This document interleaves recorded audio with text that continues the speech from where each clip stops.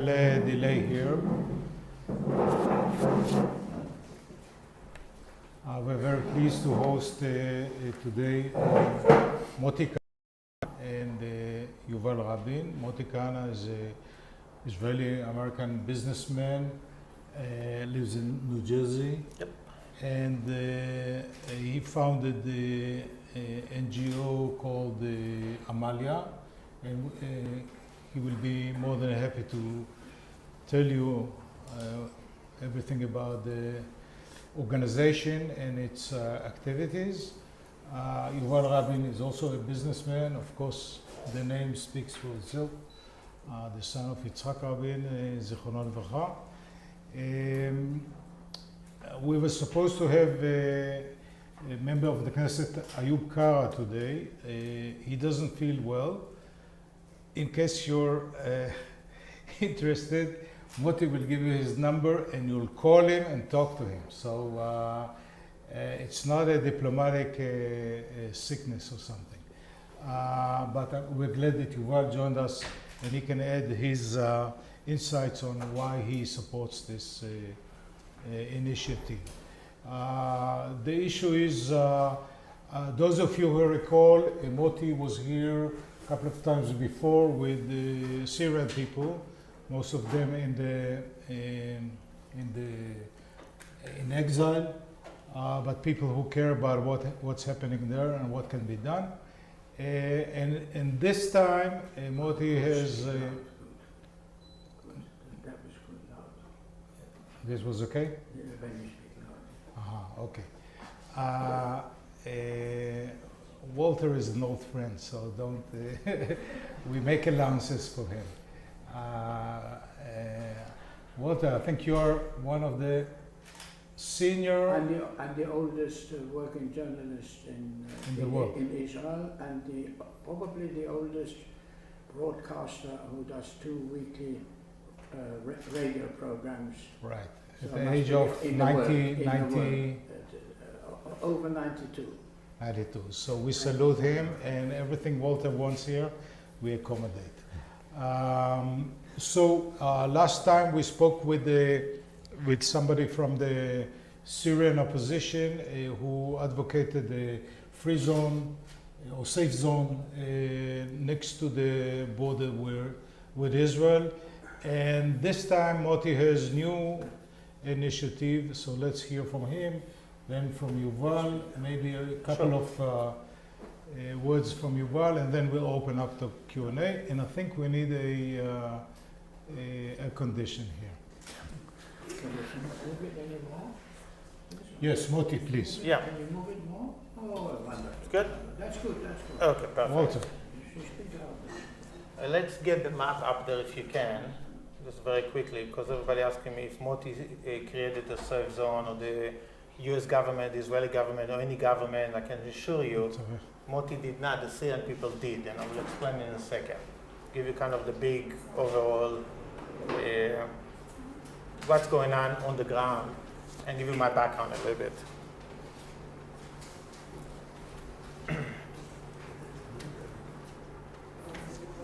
Keep talking, Moti. I didn't put. No, you need. No, that's what I was asking. Do you have internet on the? On the TV, no. Right. Okay. Then let me show you the map on my machine, and then I'll give you the URL. You can see it yourself. This is a map. Let me just pull it very quickly. And okay. The blue line, I don't know if you can see it, but the blue side, that is, yeah, that's the blue side. It's the Israeli Golan Heights. If you see the blue area. By the way, the URL, just for you guys to know, it's syria.live.uamap.com, and it's a map was pretty much everybody is using it in the opposition and in Washington D.C. as well. The map will show you exactly what's going on the ground. It's people sitting in, I think, Denmark, or some bunch of kids in Denmark searching the web. And every bomb, every Twitter, everything's happening in the area they can gather, they put the situation on the ground. What's moving where and what. And we've been using it, many people in that position using it, because it's kind of giving everyone what's going on. Let me explain what's going on close to the Israeli border. And you're seeing a green area, that's an FSA. The green part is the Free Syrian Army, which run right around 10 to 15 kilometers east to west. And if you look, if you know the north, Mount Hermon going south, it's right around 90 kilometers between north and south. You see a small tiny little area close to the Israeli-Jordanian border. That's Shadar Yarmouk, I'm sorry. That's the ISIS, which Daesh, sorry. That's ISIS or Daesh. Which one? The black one right here on the area, if you look at the same map, about a year ago was a smaller and actually grew a little bit. On the right in between, that's the highway to Damascus, between Dara and Damascus, and to the right of it, that's where the American operating with the Free Syrian Army and the Jordanians. That's kind of the situation on the ground. It fairly did not move much, except a little bit with the ISIS, right over a year. There's some fighting in the north, but that area became fairly safe. Now let me share with you guys, as I was here right around a year ago. 2 years ago, as you remember, al-Nusra took over the Israeli Quneitra checkpoint. And some refugee out of Germany, which actually came from that area, contacted me. Because now we took over the checkpoint, it was over 2 years ago. Can you help us with supply? We need food in the region. We're at the checkpoint. I said, listen, I'm an American. I don't really support Al-Qaeda. Al-Nusra is Al-Qaeda. I follow the US law and the Israeli law. Get them away from the checkpoint. Let me start talking to the Israelis, see what we can do. And I'm doing the same thing in Washington and Israel. That was right around, I would say, I don't remember the time they took over the checkpoint, but if you Google it, you can find out that's where the UN was kidnapped, right around the same time. I think it was over 2 years ago. They did it. The Free Syrian Army pushed the al-Nusra away from the checkpoint, and the Free Syrian Army took the checkpoint. Same time, the Israeli was bringing injured, as you're seeing in the media, into Israel. My comment was, Syrian people have doctored themselves. Syrian people, just to give you kind of my personal experience with the Syrian people, I've been helping them. I started in the north, been doing it for 5 years, mostly moderate people. ISIS are not Syrian, most of them. ISIS are foreigners, came into Syria. Al-Nusra, there's some branches of Al-Qaeda and Nusra within the Syrian, and that was before even the revolution. But that was growing as the food was coming only from the Al-Nusra group. If you're at FSA and there's no food or money, you go and join Al-Nusra. Doesn't mean you believe in the Al-Nusra views, but you join them. And anyway, when Al-Nusra took the checkpoint, I told the FSA, push them away. They want to fight Assad. They're not interested in Israel. Just tell them to go and fight Assad. And I will talk to the Israeli, try to get you supply. Same time, the Israeli was taking injured into Israel. My comment was, let's help the Syrian people to help themselves. Take field hospital medication, supply into the other side. It was a moderate country anyway, to begin with. 2 years later, was here about 6-7 months ago, with the Conference of Presidents, Malcolm Hoenlein brought the American Jewish community, and we presented, Dr. Kamal Abouani and myself presented in front of the American Jewish community, and we told all of them, let's go up north. We took them up north. They oversee the other side, they looked at the other side. We met the military up there, and the military did say to us, the other side needs supply of humanitarian supply. The other side, fairly quiet, right around, it started kind of like less than a year. Now it's right over a year. The area is fairly quiet.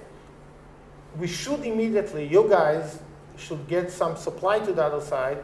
Otherwise, the other group will come in, and that's what you're seeing kind of with the ISIS. They're providing food and salaries. Went back to New York and started working of gathering the supply, talking to the guys inside. Now you saw in the news about a month ago, the Israelis set up a unit within the Israeli military to help the civilian side. Just for the record, I don't work for the Israeli military. I don't work for the CIA as the Hezbollah claim. Whatever I work for, I work. My NGO is Amalia. In Hebrew, it's Amal. avodah or work. Yeah, is God.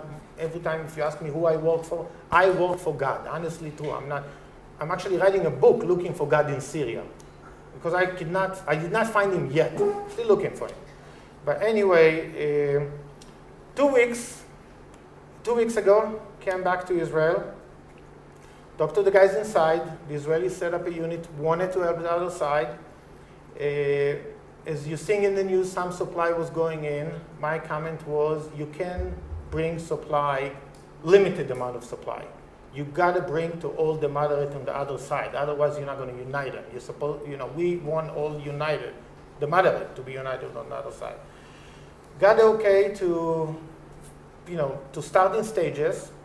And stage number 1, there's an hospital in the region of Quneitra. They needed to go back to operating that hospital. And I got the okay to go and gather the supply, bring it back to the military, and the military will take it from there. And that's what I'm doing. That's why I ask you guys to help me to help the Syrian people. Because if you ask me, I understand one of you from Italy, I can guess in this room who's from Italy. And as I always said, always dress the best, by the way, just for the American. We're American, I can say that. But anyway, if you look inside, in that area, the green area, the area was about around 1 million people.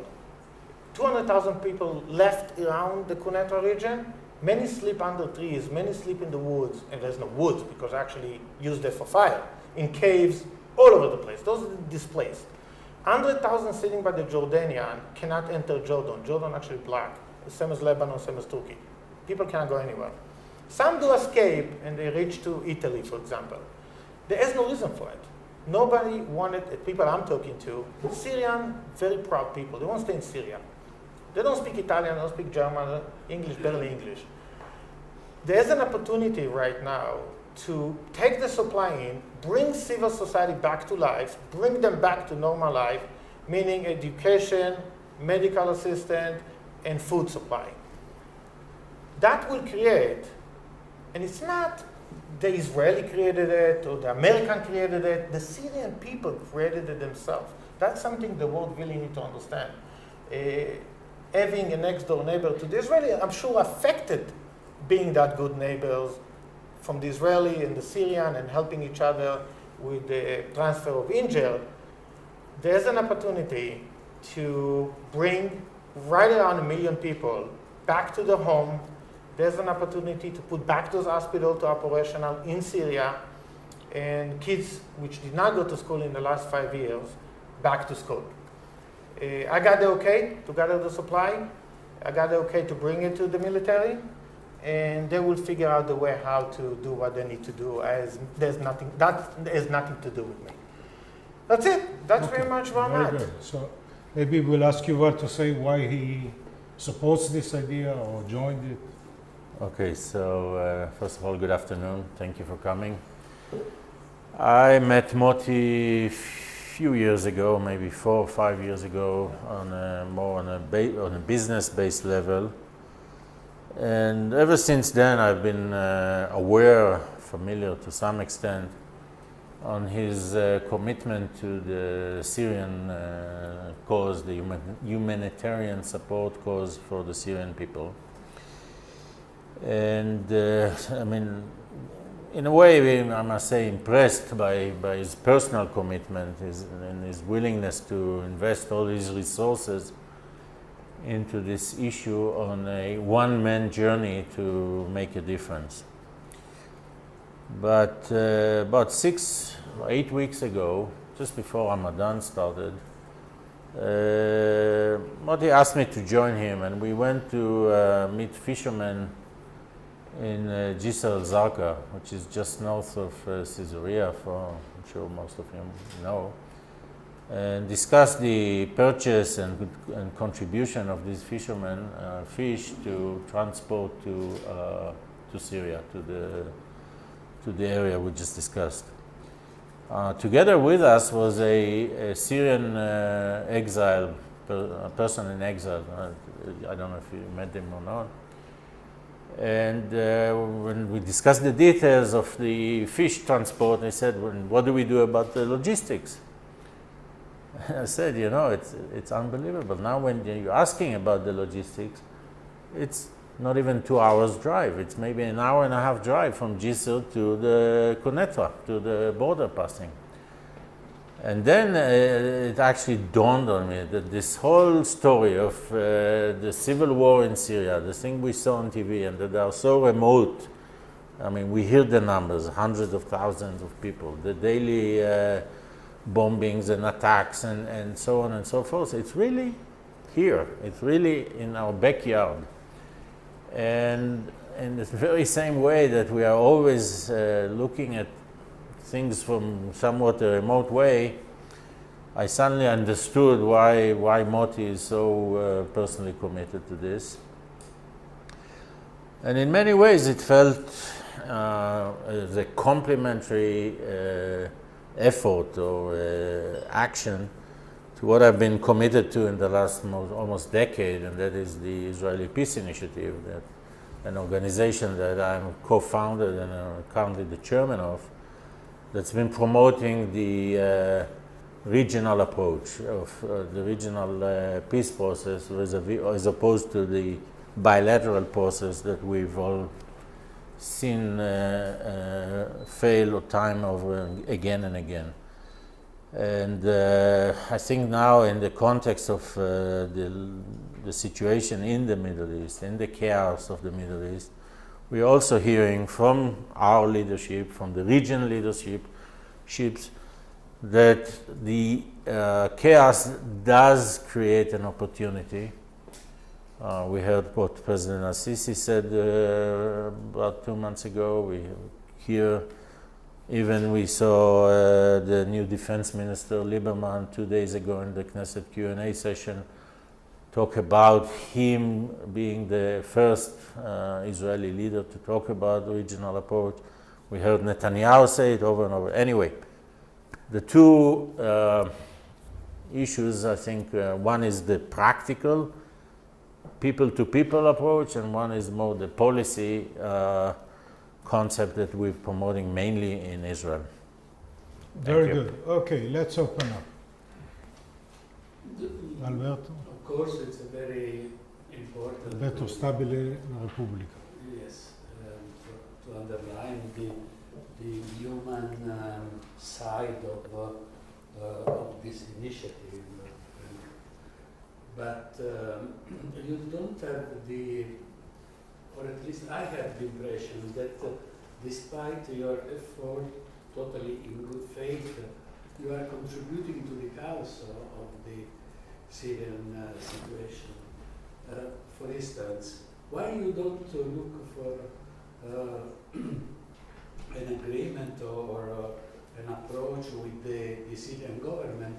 It looks like you gave for granted that there is no more government, there is no more national Syrian nation, which I think this is not up to a humanitarian organization to decide. Let me just repeat the question for the benefit of our viewers on YouTube.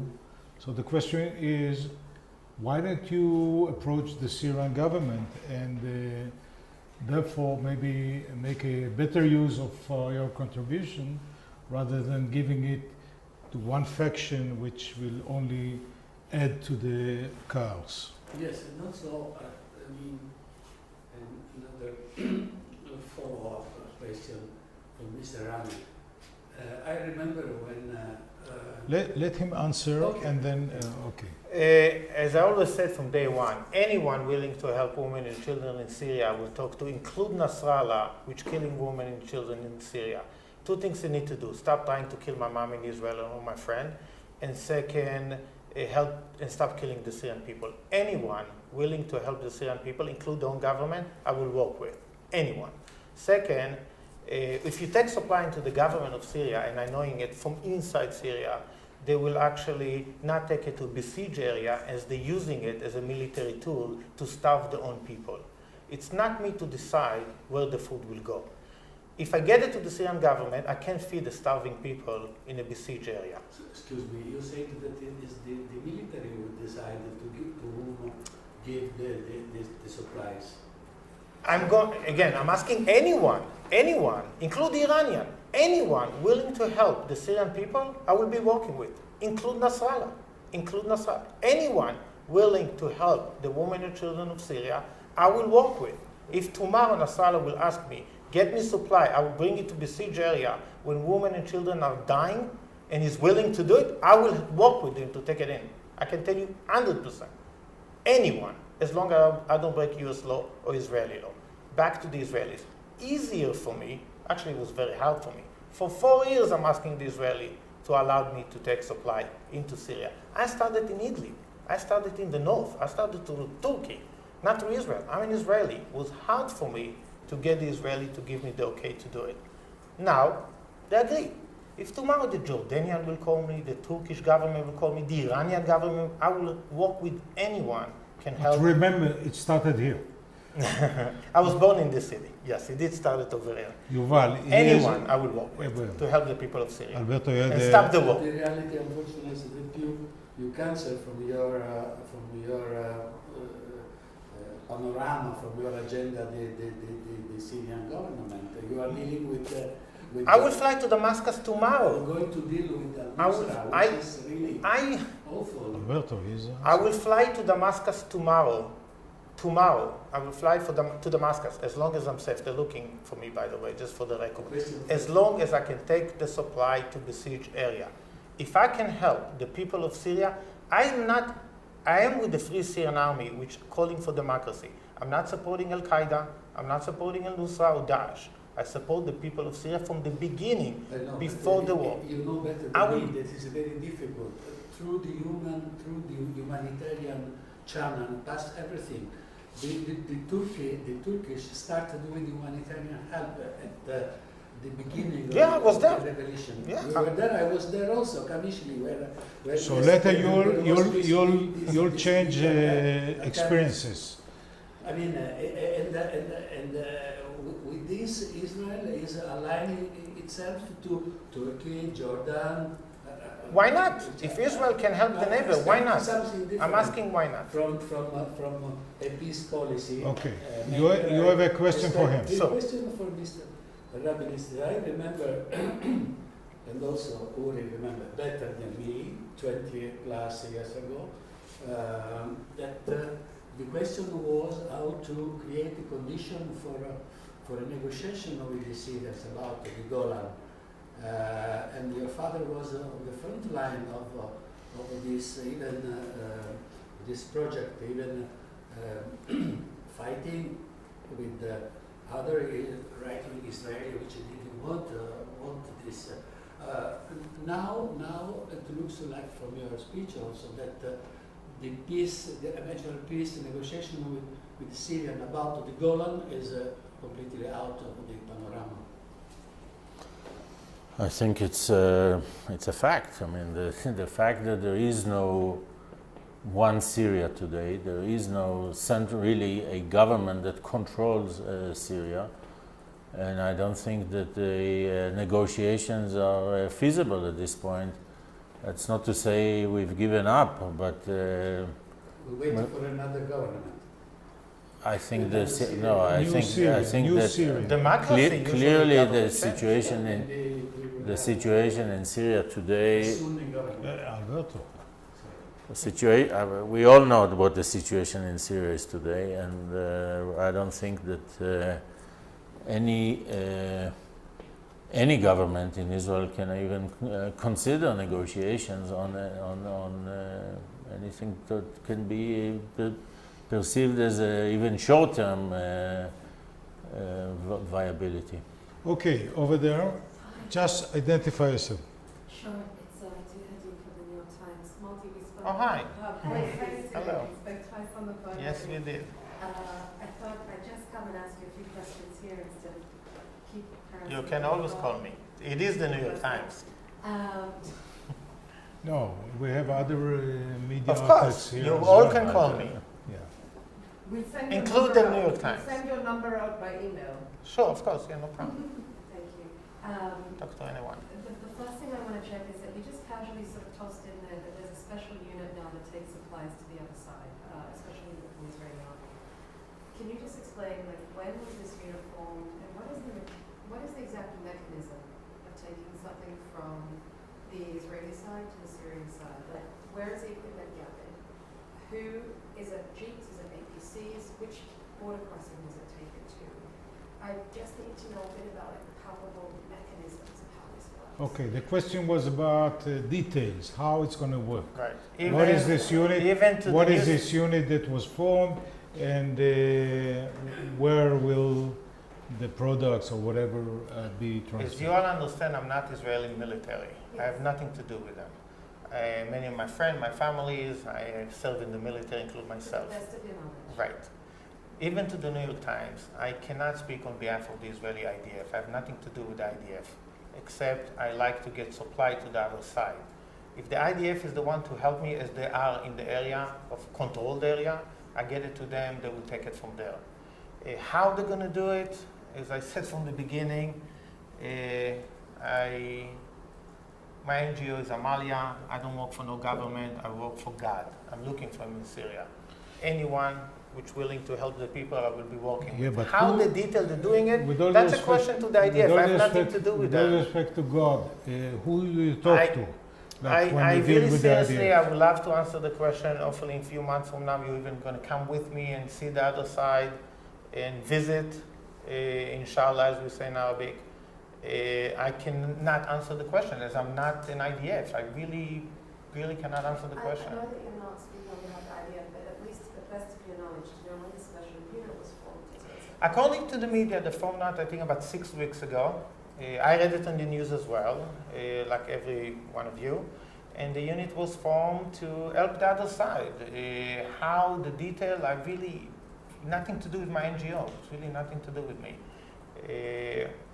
There's an announcement today by the IDF spokesman saying that, and it's been authorized by the commander of Northern Command, that the IDF is looking into way to work with NGOs about supplying humanitarian aid to Syria. I really think the big news is we can help the Syrian people. That's the big news. The detail, how we're going to get it done, trust the IDF, trust the Israeli, the next door neighbor. How I know not to, I'm not giving the water, the diaper, whatever I'm giving to the other side. I do believe the Israelis on closer to the border, you know, it's 100 meters from each other, know who they're giving it to. How? I have no clue how they're doing it. I don't really go into the detail. But I can show the supply on the other side, and you're all seeing in the media the supply made it to the other side. I think that the important part, if I want to get out of this press conference, and I want you all to understand, there's an opportunity to help the people of Syria, right around almost 1 million people. The people of Syria have a good neighbors, which willing at the moment to help my NGO to get the supply to the other side. How the detail, how they're going to do it, it's not me to say. I really don't. Yes, please. I'm not an IDF guy. Sorry. Yes, please. That was a long time Alberto, ago. I was a Alberto. kid. Yes, please. I'm Ana from Spanish Museum. Sorry, I'm new and I don't know the background. So it will be the first time that Israel helped to the civilian Syria? It will be my first time. Question was, is this the first time Moti. Israel is helping Syria? It was definitely my first time to get it through the Israeli border. I've been doing it from the north, from Jordan, from other area. This is my first time after the IDF received the supply and approved it. There will be my first time to get it in. I'm in the stage right now gathering the supply. From Israel? I'm getting into the Israeli military. I'm giving it to them. What is the extent of the aid you're talking Goal about? number one is to get the hospital in the Quneitra area back to working hospital. We got the medication, the equipment. It's right around over $1 million worth of equipment. We're pricing everything right now. We're raising the money to get it to them. And again, it's just the beginning. You know, if you think of it, it's only one hospital. 1 million people need more than one hospital.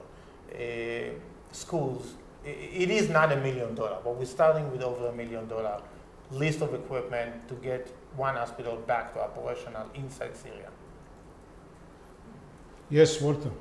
So we're talking about the area around Kunaita, that's all. So that's The Quneitra region, if I you think of it. I understand. Now, do I understand you right that apart from purely humanitarian reasons, that you also believe that by giving them, by supplying them with their necessities, that you prevent them from falling into the hands of other sections in Yes. Yeah, of course. I mean, if you're 14 years old kid, you don't have any education for 5 years, and the only one offering you food and supply is the Jabal al-Nusra, Al-Qaeda, or any other group in the area which is extreme Islam or extreme fanatic Islam. The kids will go that way because 5 years later, that's the direction they're going to go. And I don't blame the kids, by the way. They just didn't have education for the last 5 years. You plan a permanent presence there. I would like to give him I like the kids in Syria to church looking for Pokemon instead looking for bomb. I would love to get them the tools to go and play with searching for Pokemon in there. I really do. It's dangerous. It's dangerous. It is dangerous, but watching SpongeBob and not Walter, watching we'll get back WoW, to you. We'll get back it's to you. kids. And in the long run, do you think that this, apart from helping humanitarian wise, that you will do any good with regard to their attitude to Israel? I was an American Jewish guy 5 years ago. I was too scared to be an Israeli when I was working with the Syrian people in the north. They just didn't know Israeli. A guy showed up in my office last week in New York City.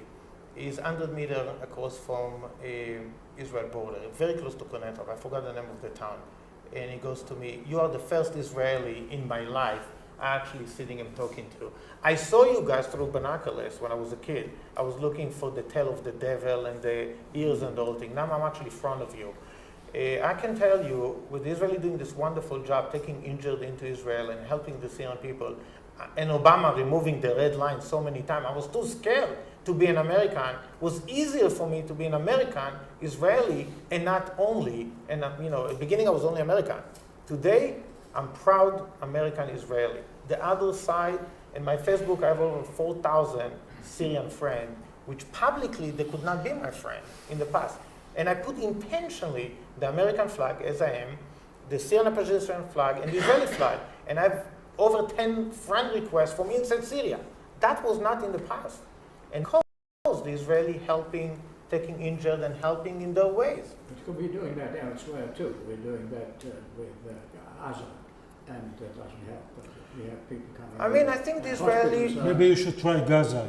Gaza is. I'm helping Palestinians inside Syria. I never ask someone what religion you are when I'm helping him. I personally started in Turkey area. I started in the north.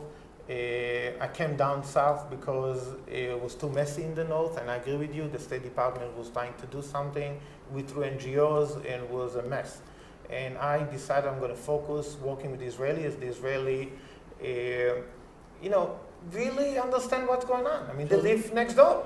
What are the supplies? Can you just, what kind There's of nothing. What kind of supplies? There's nothing right now in Syria. There's no water. If you open your spigot, you want to drink water. There's no water. The wells are destroyed. There's nothing in the southern part of Syria. Everything needs to go back to be a civil society. Well, you can do everything, because now you're talking about over $100 million to do that.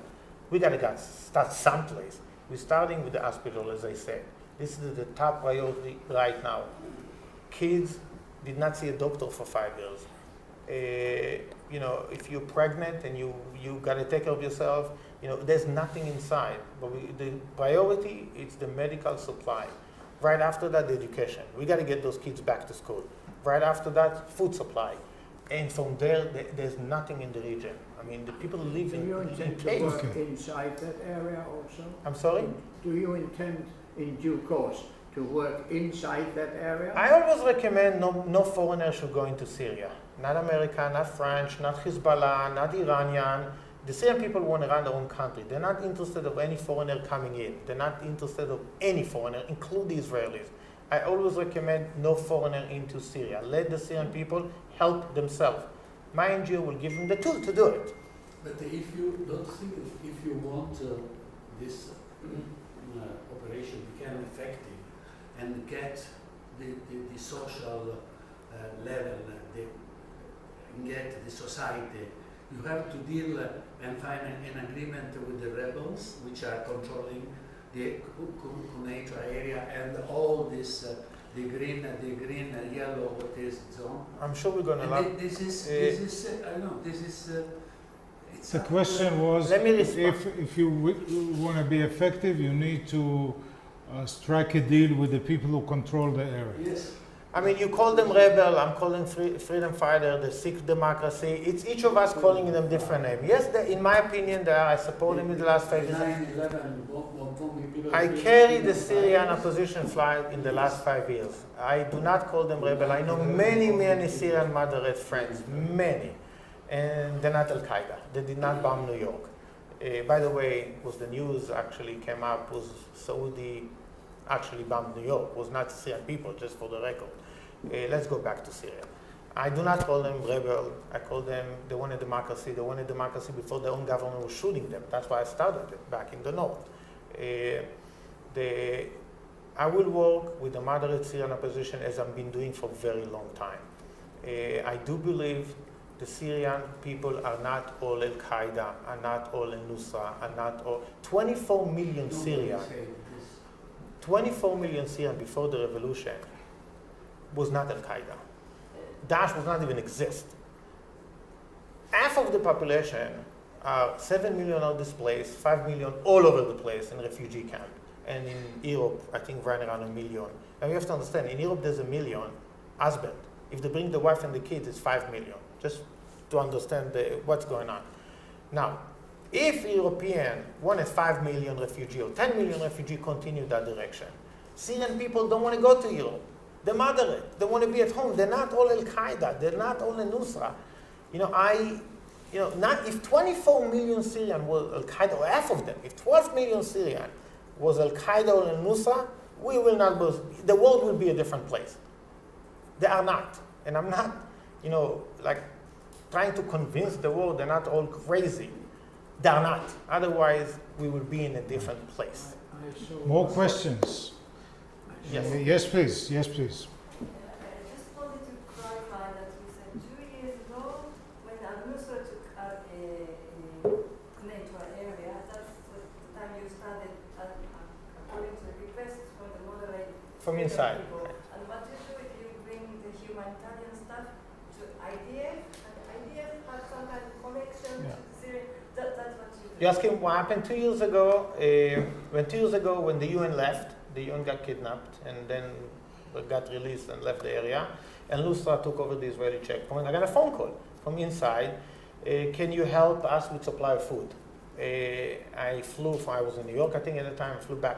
I met them in Jordan. And it says, I will not help Al-Qaeda and Nusra. I got stuck in Chicago for 3 days when September 11 hit the building, and I got financially beat up on my own business. I personally don't like Al-Qaeda because I was stuck at the airport for 3 days and my business was destroyed. Let me go back to what happened in the area. Then I met him in Jordan. I met the sheikh of the region, which never seen an Israeli in his life, except through the binoculars or whatever you want to call it, and some general in the Free Syrian Army. And I said, I'm sorry, I will not break a US law, Israeli law, and support Al-Qaeda. Al-Nusra want to fight Assad. They're not looking to fight the Israelis. If they want to fight Assad, go to Damascus. Go wherever you want to go. Stay away from that area. When the area will become moderate area, if it's controlled by the moderate opposition, then I will go to the Israelis and I will try to get them to understand. Not everyone on the other side are crazy. Now, of course, the Israelis know better than me, to be honest with you. They better tools of myself. And then I started talking to the Israelis right around that time. I start connecting people as much as I can to explain they're not all fanatic. And if we're not going to help them, they will get there. not because they wanted to be there, because there's lack of supply. They have no food. And only al-Nusra supply the food, or Daesh supply the food. And by the way, sometimes the Assad regime will actually get some money to the Daesh group to finance the FSA to join Daesh, because the best thing ever happened to Iranian and Hezbollah, it's Daesh. You know, if you think of it, who killed 500,000 people in Syria? Assad, Iran, and Hezbollah. How many people Daesh killed in the last 2 years existence, going to the third year? 10,000 people? 12,000 people? They're just shooting a better film. The Iranians are doing it. But they killed 500,000 people in Syria. Baghdad, just 2 days ago, in one bombing, 300, more or less, they killed more or less 300 people. Daesh. In one bomb. Daesh. Right, but in the Daesh, last 5 Daesh. years, 500,000 Syrians. The 12 million of them are CNN, displaced. BBC will make it. But it will continue growing if we're not going to help the people. The people are not fanatic. Right. I have That's a what I'm question saying. for you. If you give the IDF your products, you set conditions to where it should go, or whatever they decide. I don't set any condition to the IDF. I mean, I just ask the people inside, what do you need? We need medicine. Then I go to the IDF. Can you get the medicine? It's the same area the people I'm talking to. And they make the decision. I don't make any decision, except I would love to take the fish during Ramadan, but we have 2 hours to get the fishermen to donate the fish. By the way, I bought a truck full of fish. They said they're going to donate. It's a Muslim town, Arab-Israeli Muslim town. During Ramadan, donate the fish, but we have 2 hours to get there. And I'm not going to get the IDF. I'm not going to get in their operation. I have nothing to do with that. Can But we in- invite these people in 2 months to see the operation? That's a question to the IDF. Inshallah, yes. Are there different independent so-called rebel group, used to call freedom fighters, or generally accepted? Moderate rebel group? opposition. Are there different independent groups? The reason I'm asking is because I saw a video with the caption, Syrian rebels beheading a child. And I saw it cutting off the head of a child because they're supposed to be a spy.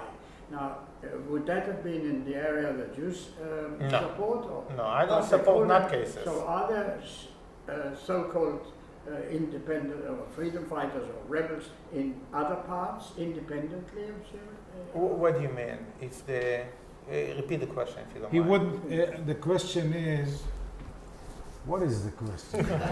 I thought I did not The understand. question is, I thought I did not. you are supporting the freedom fighters in that I support the moderate opposition. in that particular area at Right. the moment. Moderate, I support it in the moderate, north as well. relatively moderate. You know, we're in the Middle East. Right. So are there such groups independent of that area, different groups working independently here and there? In that area, there's a small Anywhere ISIS else. or Daesh. There's a small. I showed No, on the map. I'm talking about the freedom fighters. Are there independent areas? Because I want to get at the bottom of where would they have said a rebel groups cut off the head of a child because he was a spy? When the question was, I'm still trying to understand the question. The issue is that Syria is a mess. Syria's a mess. I'm not Right. Okay, If and we don't provide everywhere- supply, it's going to get worse. Everywhere you safe touch, area. everywhere you want to help, there's a problem, and no angels there, and he has to start somewhere near Konetra. Let him do his job there, and then we'll take care of the Right. rest. Let me start in a place I know I can be a chance Yes, to be please. successful. Over there. Yes. You have mentioned a few times that you started trying to bring aid to the Syrian people via Turkey, Yes, I actually started in the north. and you seem to have switched to Israel. And just like at first glance, I would think that Israel would offer a lot more complications compared to trying to bring the aid through Turkey. And I'm just wondering how you see the advantages and disadvantages, either disadvantages of the Turkish חוזר side לשאלה. or advantages of The question was, you mentioned you started bringing aid to Syria via Turkey, and now you switched to Israel. Why, and what do you think will be the difference? I think specifically, like, what challenges did you see in Turkey that you don't see in Israel? Why was it?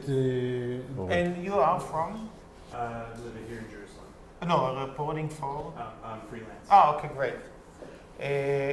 Well, I think in the north, which in the last, when we started it, was fairly moderate opposition, leaving Aleppo College to go and promote democracy. If you think the beginning of the war. And right in the beginning was no weapon yet. It was just people kind of trying to support democracy, if you remember the beginning. Right after that, some of them was united. I was approached by a group out of Washington that said to me, we wanted to take Senator McCain to Syria. Can you finance us, the group? And I said, by the way, my wife from Arizona. My son was born in Arizona. I love Senator McCain. I was like, for sure. If McCain wanted to go to Syria, I'll finance you to make sure he goes to Syria. And they did. And, beginning was more awareness, trying to kind of figure out who to help, because nobody knew who's who. Still, barely people know who's who. That group, after McCain visit, got some supply books and computer, and to try to get those towns back to civil society. And it was just for a few months later, almost a year later, it just collapsed. It was unsuccessful. And this is like kind of the third year by now. Then I started talking to the Israelis at the same time as the UN left, and being as an Israeli myself, was easier for me to talk to the Israeli than the Turkish government. I'm not Turks. And even I talked to a bunch of people from the Turkish government. Easier for me was easier to talk to my people in Israel, especially when they already start doing their own activities. It still took too long, in my opinion, but now we finally have the opportunity to help the people. Otherwise, we will have, there's no education, that's what's going to happen. There's no food, that's what's going to happen. Somebody will pay to feed the family, and people will go that direction. I think there's an opportunity right now, it's created by themselves, the Syrian people, with the help of the neighbors, to may have a chance within the country of Syria, because I myself don't see in the north at the moment. But I do believe if the Israelis, the Syrian, the Jordanian, the American will set up some type of a safe area, the Turkish government will do it immediately. I think if we're successful in the south, or we're starting in the south, the Turks will do the same thing in the north. And hopefully the Jordanian next to them. And maybe, I don't say the Lebanese, because I have no relationship there. But I think if we're successful in the south, there's a good chance will happen in the north. And okay. Can I just add to this as personal note? I think we Israelis should be welcoming this kind of move, because we keep teaching and moaning about other times when Jews were persecuted and the world turned the other way. So, as you said, things happen 2 hours away from here. I think we Israelis should at least welcome, if not be actively engaged in this, we should welcome this. Last one. One before last. What kind of things of materials Amalia needs to support this hospital that you were speaking before, or the schools? First thing, medication. We have a list of medication. We're going to be posting it on the website. We got it in Arabic. We're trying to translate. My people in the office are not doctors and not nurses. And the Syrian Jewish community in New York helping me to translate, because one of them is actually a vet. Pharmacist. No, he works for pharmacist. Yeah, and he's actually helping me to translate. That's the Syrian Jewish community of New York helping me to do that. We're going to be posting it in English on the website because I got it in Arabic and I could not possibly do it. And equipment. Equipment an hospital need in order to operate. We got the list. It should be posted in the next few days on the website. I know my office is working on it. That website doesn't work that you gave. You gave a website on. Yes, that's Amalia. And that didn't work. It works. I got it's sometimes it works. For sale. Buy it. It's probably good. No, I'm just kidding.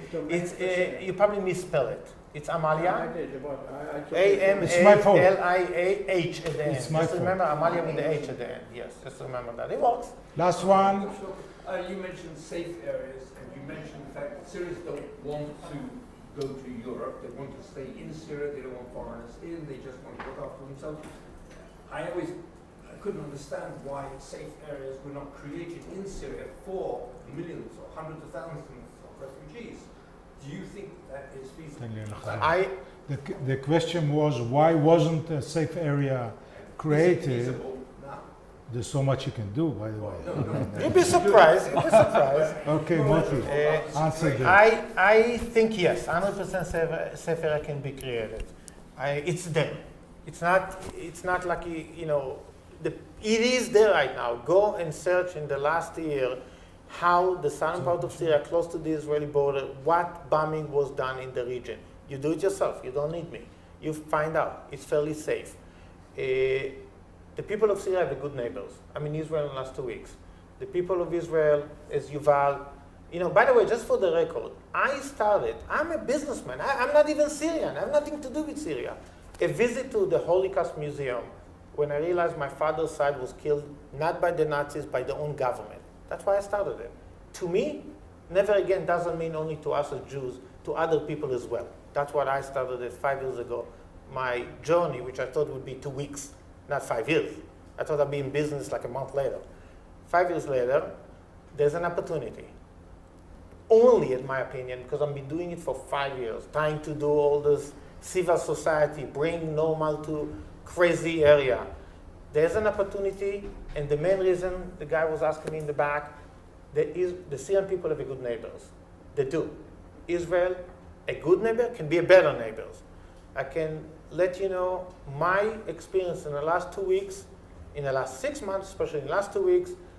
If we get the supply will get in. If we get the supply in, the people of Syria can go back to normal, potentially moderated life and prevent all those, what you're seeing all over the place. What's going to happen after? I don't know. I don't have an answer for it. Okay, but there's an opportunity to do it now. If we're not, it's going to be Somalia, all over the place. On this happy note, I'd like to thank you, Moti Kahana, and thank you, Yuval. I'm taking you to Syria. And thank you for coming. Yeah, I'll be coming. I'm taking you to Syria. Oops, sorry. I have been many times. I'm sure. I will be going with you. I would love to go with you. I have been. I'm going to Rome. I'm going to Rome with you.